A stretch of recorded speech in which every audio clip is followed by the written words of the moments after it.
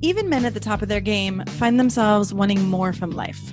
Whether it's more meaning, unshakable confidence, a bigger impact, more money, deeper love, a hotter sex life, or a powerful legacy. Find out how good your life can be on this episode of Man Alive. Also, as I've supported men in their love and work lives for 15 years now, many men have asked me for the right words to say to be more attractive, desirable, and more of a leader. And I've found it's not so simple as giving scripts or lines. Because at the root of a connected and affectionate relationship and being more effective and inspiring at work is your ability to influence others. But most often, influence is not gained or lost with words. It's from what I call the invisible factors. So I created a quick guide for you called 3 Ways Men Lose Influence at Work and with Women, so you can understand how these invisible factors work and what has women and colleagues both more inspired to say yes.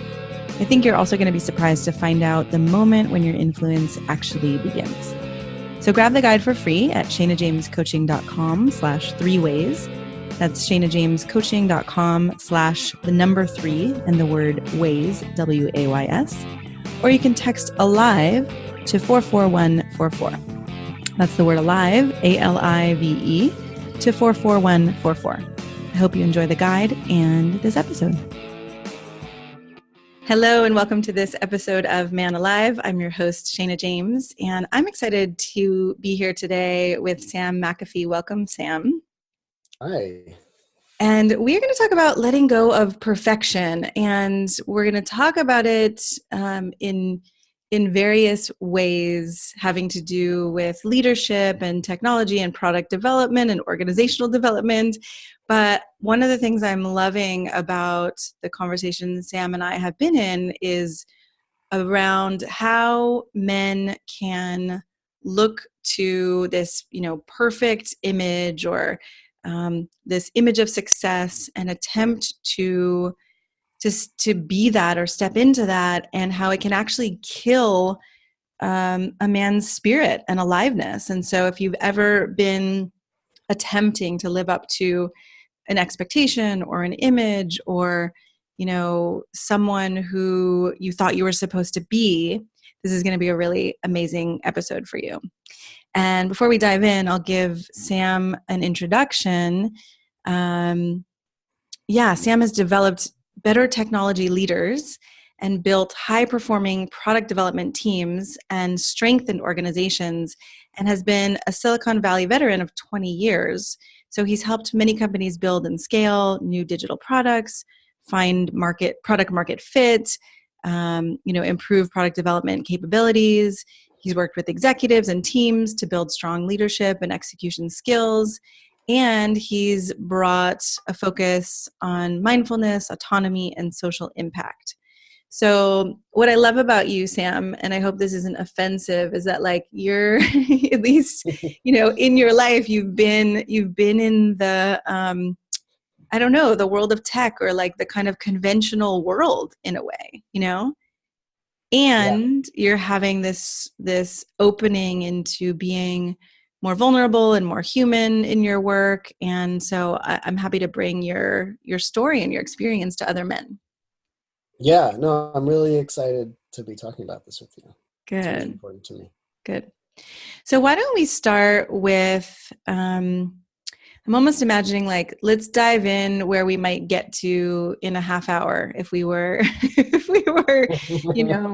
doing it that way, if we were kind of taking things step by step. But you've been going through a big transition, you said, where you've been more transparent, more vulnerable, and it's actually having a bigger impact on your work, even in this realm of technology and product development. So can you say a little bit about that transition and what's been happening for you?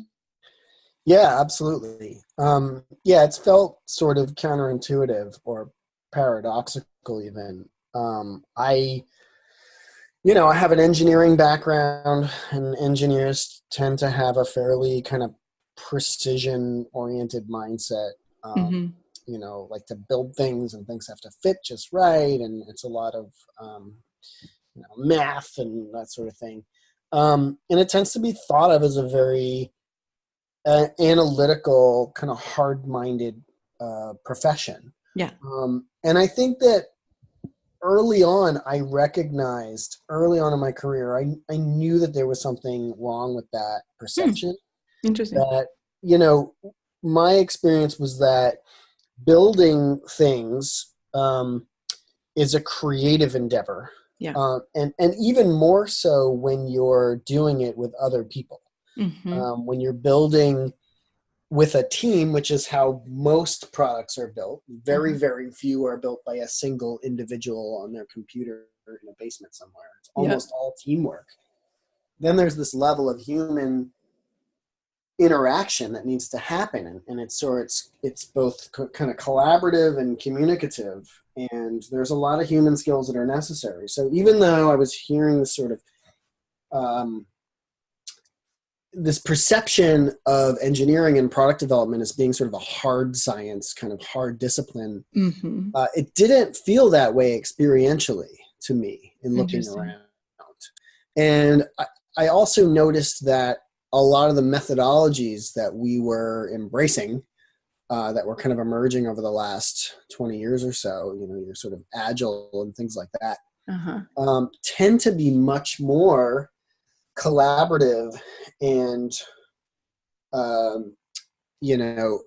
more about the people than one would think if one's not in the industry. And it's such an interesting industry to have this happen in, right? Because like you said, tech people can be much more mind focused and math focused, precision focused, and then to actually attempt to bring people together to collaborate, it takes very different parts of our brains or ourselves.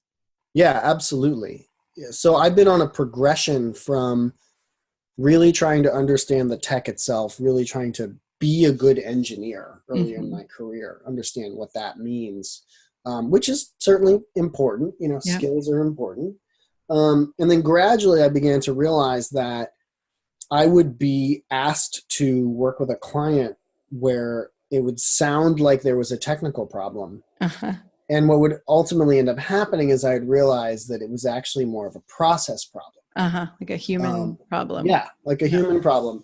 And so process was really important for me as well for a really long time. And that was sort of stage 2 of 3 in my evolution, that I realized, okay, maybe it's not just about the tech.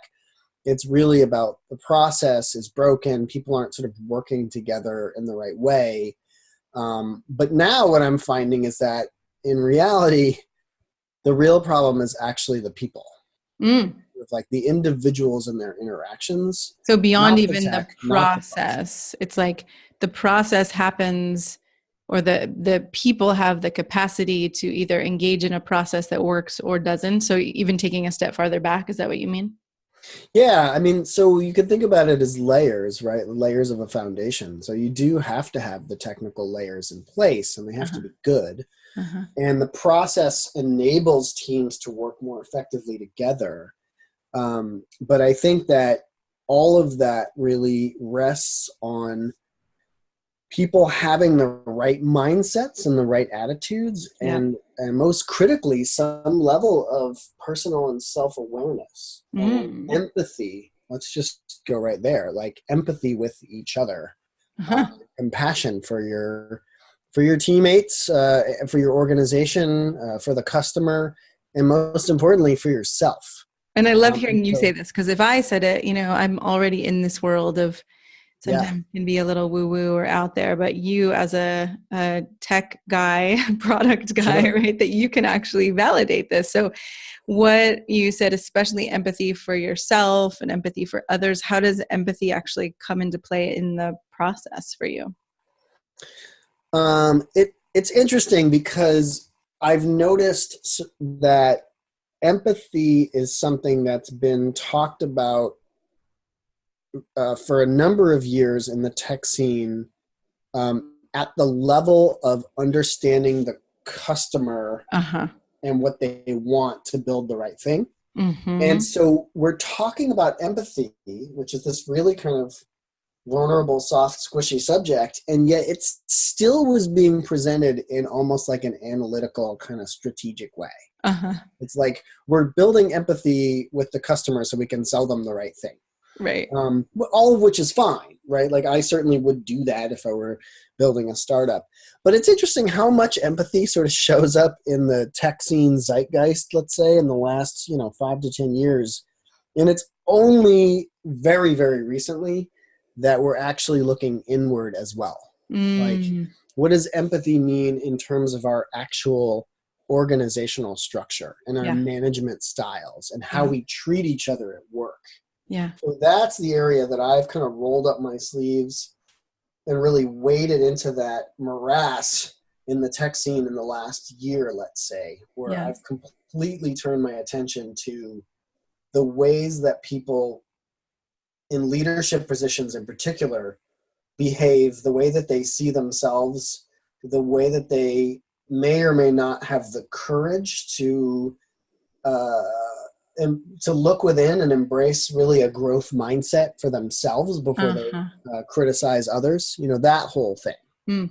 And okay, do you have any examples you can give? Because again, I mean, I can make the leap, or I can see with clients I've worked with and workshops I've facilitated how, the difference between having a growth mindset and not having a growth mindset. But from the internal kind of belly of a company, or from working with an executive where you help them make the shift, what happens around them? What do you see?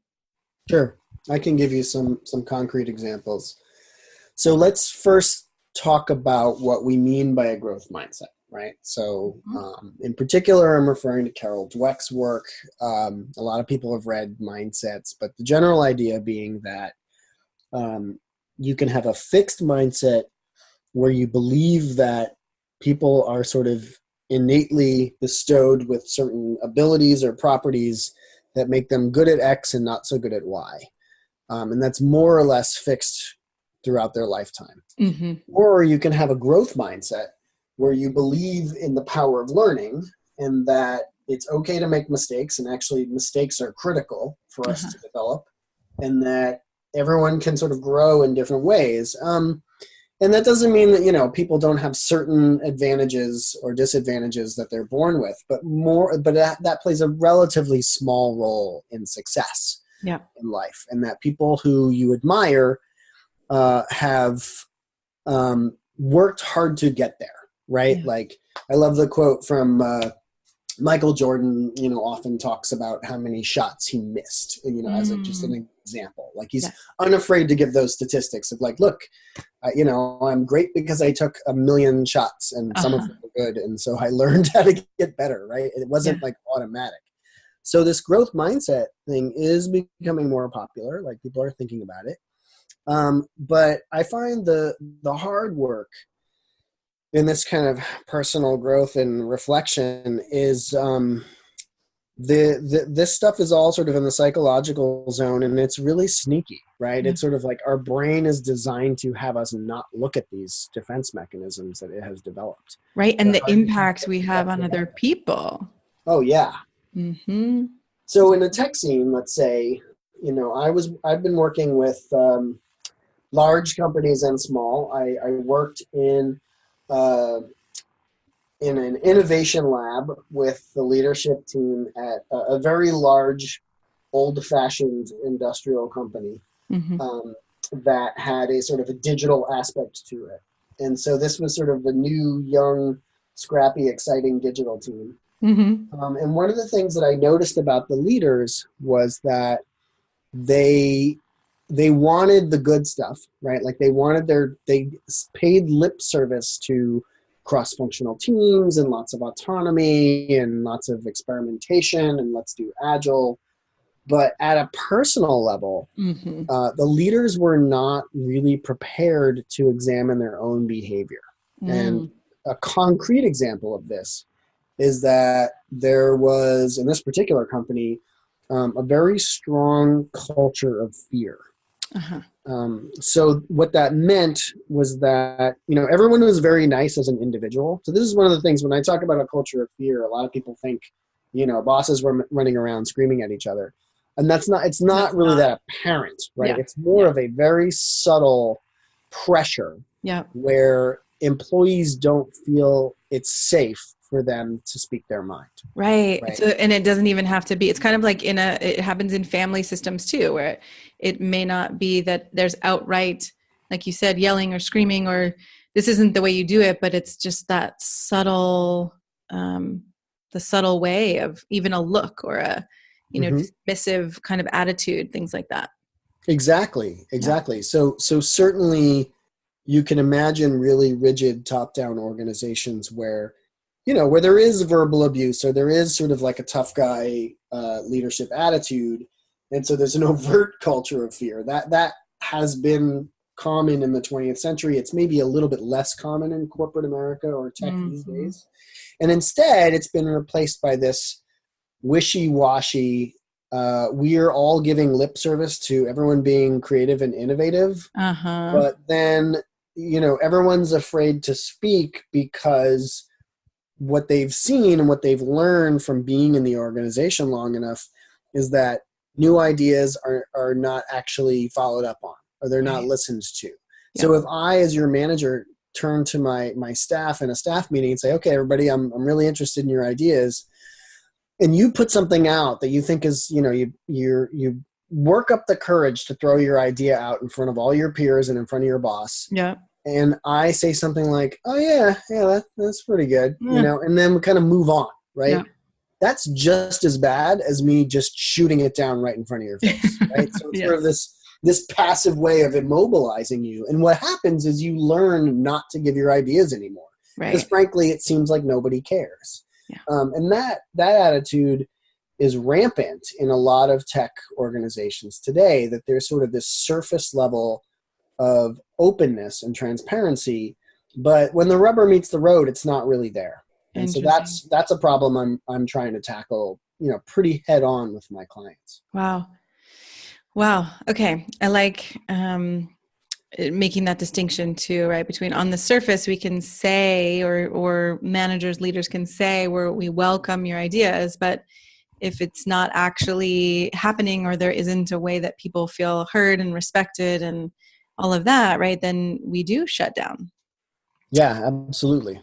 Okay, I'm curious to see, this might or might not happen, but if we could tie it into the perfection too, and letting go of perfection, because I know that has been part of your journey and something that I want for men.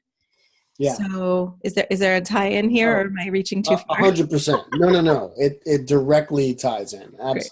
Because, so think about what it means to be a leader in an organization, particularly a male in technology. It's like the most sort of mythologized role in our current culture, almost, right? Like the sort of startup captains of industry and whatnot. Right. There's this mythology and an enormous amount of pressure, particularly here in the Bay Area, the sort of epicenter of tech. There's so much pressure to be great, like be like Musk and be like Zuckerberg or Bezos or whatever.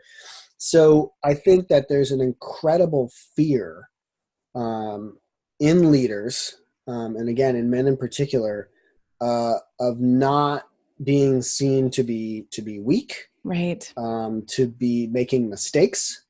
And it's really tragic and ironic that when you look at pretty much all of the modern leadership literature, so if you go to Amazon right now and look at, let's say, the top 50 best-selling books on leadership, and a survey of essentially what they're saying, and so I'm saying this because I've done it. You've done it.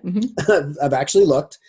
Those books are all talking about asking more questions and talking less, building empathy with your employees and really meaning it, right? Like being more vulnerable and open to criticism and feedback. Like the very best leaders that have written about this encourage this kind of behavior that is not what you see when you actually go to the industry. And so I think a lot of that comes from the fear of being criticized. Yeah. As a man and as a tech guy, You feel like you kind of have to be smart and you have to be strong and you have to be perfect all the time. And unfortunately, that turns you into a jerk, and it makes you a person that people don't actually want to work for or with. Right. But everyone's too afraid to give you feedback, so no one will tell you that to your face. Well, right. And it doesn't, I mean, the thing that kills me in a way too is how, when I imagine being that man or even that woman, the stress and the rigidity that happens and the feeling of like the world is on my shoulders and I'm alone and I can't even ask for help, and all of that, that whole dynamic is so painful. Yeah, it is really painful. And so for me, I think what I've been realizing is that, so I've been going through my own sort of personal transformation journey in the last year or so, that has had me look really deep within and really hard at my own behaviors and my own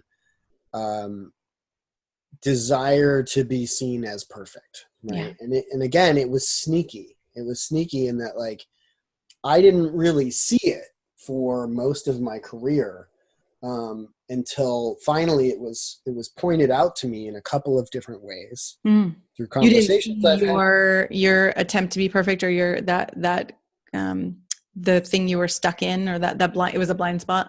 Absolutely. Absolutely. It was an internal barrier that I just sort of took for granted. Like, I had a certain persona that I was keeping up, right? So, this stuff is out there. You can sort of think about it as,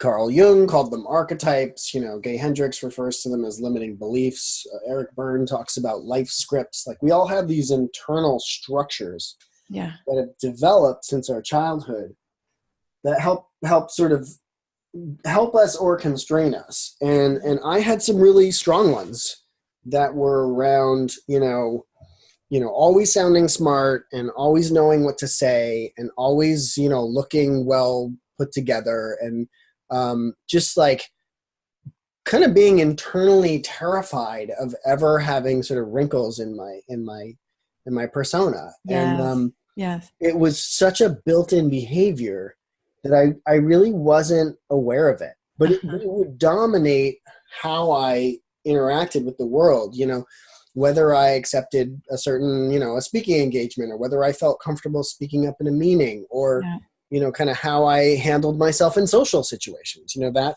wide range of things, whether I felt comfortable giving people feedback, or probably most importantly, how comfortable I felt saying no to things that were asked of me that weren't really in my interest or really where I wanted to go. Wow. Right. So that was when I was really struggling with, is that a lot of folks who I work with are very kind of high performers already. They sort of self-select to work with me because they have a growth mindset. The kind of things I talk about resonate with them. The consistent problem that I find with them is because they want to be successful and they want to help people, they get locked into this zone of trying to help everyone. Yeah. And so, I'll ask folks that I'm working with who are saying, work's really tough. I feel really stressed out and overwhelmed. I feel like, my boss is, looking at me one way, and like my team is looking at me the other way, and I'm under all this pressure. And I'll say something like, well, when is the last time that you actually said no to something? And most of them can't remember. Wow. They're like, I don't know. I find a way to fit it in. Yeah. And I'll say, like, well, do you do anything for fun? Do you take breaks? Like, when was the last time you took a vacation? And they're like, no, I don't have time for vacations, right? Because we've got this culture where we're all working ourselves to death. Yeah. Trying to please everyone all the time, and not really taking time to center ourselves and focus on our own growth and development. And that basically hit me like a ton of bricks a little while ago, and it really caused me to reset a lot of my own thinking. Yeah. Well, right. It's like the world has been speeding up, especially due to technology. It's been speeding up and speeding up and speeding up, and there's more competition and more pressure, and and it does feel like we're at a point where, people are kind of bursting, right? Or the suicide rate is extremely high, especially for men. And so yeah, all this Yeah. pressure. So it sounds like you started to see your own ways of not saying no and attempting to be this perfect man, and now it sounds like you're finding work that's actually really meaningful for you and exciting for Yeah. you. And Yeah. A really weird, counterintuitive thing happened to me over the last 9 to 12 months, which is that I'm self-employed. I'm a consultant. I work for myself. So I have to go hunt for clients and I have to go chase down checks and all that sort of thing. yeah, It's a lifestyle that I love, but it's very, very hard. yes, One of the things I realized was that I was really stressed out and overworked myself. I don't have a boss, so mm-hmm. I'm the boss that's You keeping. can't blame anyone else. Yeah, and I was trying to figure out like why. So I had that same problem of saying yes to everything because everything could be an opportunity, right? It's like, oh, I'm being asked to go to this conference. I'm being asked to volunteer at this event, like blah, blah, blah, blah, blah. Inbox is full. Can't say no to anything. And I started looking at like, why can't I say no? What is the problem? Like, why do I always feel overextended? And I think what I realized was that I had this fear that if I didn't chase down every single opportunity, I would run out of money. Yeah. Right? Like no one would hire me. I wouldn't find any more work and I would be like poor and destitute and have to crawl back to some shitty job. And right. You went all the way with that one. Yeah. No, I mean, absolutely. That's where I go, right? Like, so when my mind gets in a spiral, I'm serious about it. Yeah, no, I'm there too. I'm like on the beach in a tent with my kid, we don't have a house. Yeah, all of that. Completely. Yeah, living out of my car. Yeah, absolutely. So, but like having that realization, what I've been practicing, and I say it as a practice because I'm having a lot of success with it, but it still is a constant reassertion, is that I realized that I only want to do what I want to do. Like I only want to do the work that I think is really in my wheelhouse, that really lights me up, that I'm really awesome at. And forget everything else, right? And so like I sort of finally came to this realization over a long period, painfully, reading lots of books and talking to lots of people, that when you're doing the thing that you really light up about, like when you're in, as Hendricks says, like when you're in your zone of genius, people just find their way to you. Right, like, right. You become magnetic. Absolutely. You radiate happiness and confidence and joy. And that is the thing that actually, frankly, I think converts people into wanting to work with you. Right. So you just kind of, rub up against the right opportunities and stuff becomes easy. Yeah. So what's been crazy for me, because it's completely not what I learned when I was growing up, or it's totally counterintuitive to the Silicon Valley way, is that the more I focus on doing what I want to do and being really happy about it, the easier it gets to find the right like-minded people to work with. Like they just crawl out of the woodwork and find. I love that. I love that. Well, and where that actually has to do with, like you said before, actually saying no to other things, to the things, even the things that you're good at and you've been doing for 20 years. And I was just having this conversation with another man where he was like, I'm really good at this. I've been doing this for a long time, but it's not what I'm inspired about. And I think especially in midlife, I've been focusing a lot on midlife for men, right? There is this transition of, wow, what happens when you get to actually put your time and attention into what really lights you up and what is meaningful instead of what you've been doing all these years. Yeah, absolutely. And I think connecting it to perfection, the key barrier is a feeling of self-worth. Yeah. Like it's a feeling that you deserve to do what you love and that people appreciate it.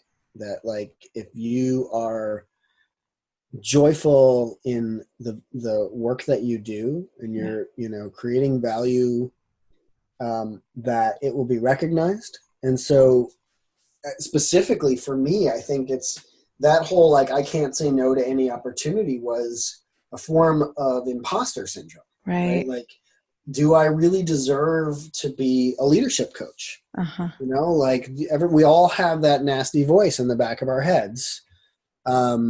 That well-documented voice that Yeah. is sort of telling you all the things that you can't do or shouldn't be, Yeah. or don't deserve. And it's hard to fight that voice. And it's really sneaky because you're not always paying attention to it. It kind of whispers in your ear. Right. Sometimes I it's had with a really words and strong one. sometimes it's with feelings and sometimes, right. It's not always even really just clear and out front, but Yeah, it's slippery. It's hard to kind of focus on it. And so, it hides in the shadows. And I think for me, the more that I've recognized and paid attention to that voice, not given it power, but like the more that I see that it's there, yeah, you can just kind of witness sit with it. it, Right. it loses its influence. Yes. Where I'm like, oh, I'm feeling afraid right now.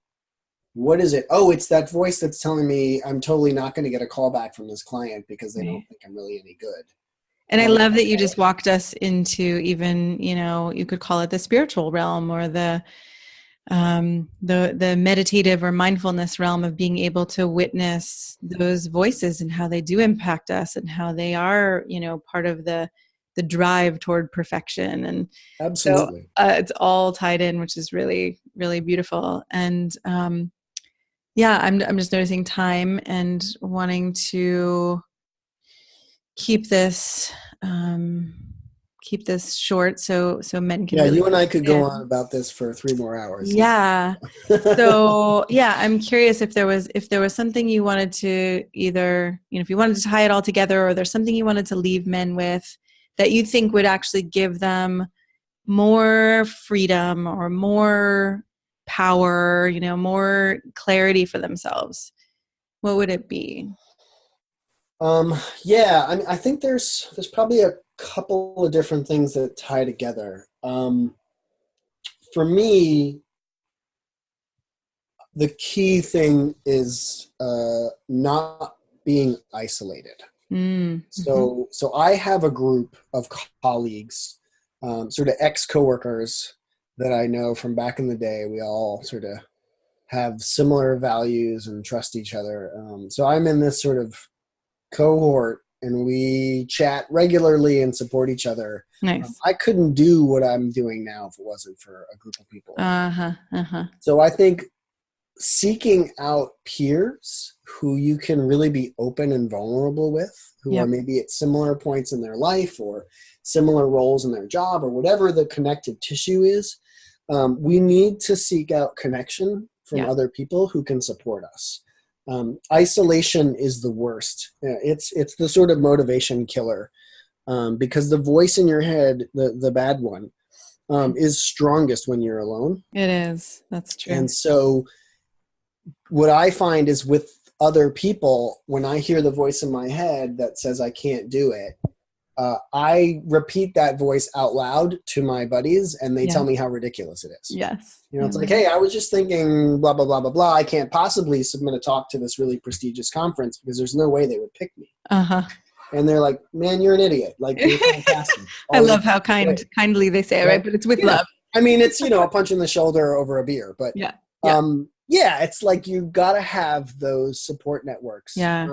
Well, and part of what strikes me too is, especially as we're getting older, it can seem like, well, now I'm really not supposed to admit these fears, right? Now I'm supposed to be the one at the top. Now I'm supposed to be the one who everybody else is looking up to. So I can't admit these. And what you're saying and what I found is the opposite, right? That the more we actually are witnessing and not coming from within them or being, allowing ourselves to be attacked by them, but actually just able to witness, we can also admit with humility, hey, I can get where you are. I still have this voice too. And it's scary. It's never not necessarily going to be scary. And here's how I move forward anyway. Absolutely. Yeah. And it also helps to, whether it's the same group or a different group of people, it helps to have mentors too. Yeah. So like I have this group and I have some other groups I'm part of, but I also have a couple of key people that I've developed relationships in my life, sort of former bosses or other kind of more senior folks that I'll go and have coffee with maybe once a year. Nice. just to kind of learn a few things from them. There are a lot of people out there who are really at the top of their game or even getting ready to retire, and they want to help people like us. Yes. So it like overcoming the fear of just asking them like, hey, I'm looking for someone to get some inspiration from or some guidance. You know, can I join you for coffee and just learn about your life? They almost always say yes, you know, and like, what's the worst that can happen? If they're too busy, you can find another one. So It's like, don't be afraid to reach out and build your own kind of personal group of mentors that you can rely on, you know? Yeah. And I love how that you just brought up peers and mentors, right? I think there's a beauty in that, of being able to learn from all angles, you know, to learn from the people above us, to learn from the people who are doing what we're doing, and then to be willing as a manager, as you said, to learn from the people who you're leading, actually, and to take criticism and feedback and all of that. Yeah. The most important thing for a leader is that your ability to create other leaders, people that report to you. That is your single most important job, is how can you develop them as the next tier or the next generation of leaders. That's what makes a good leader.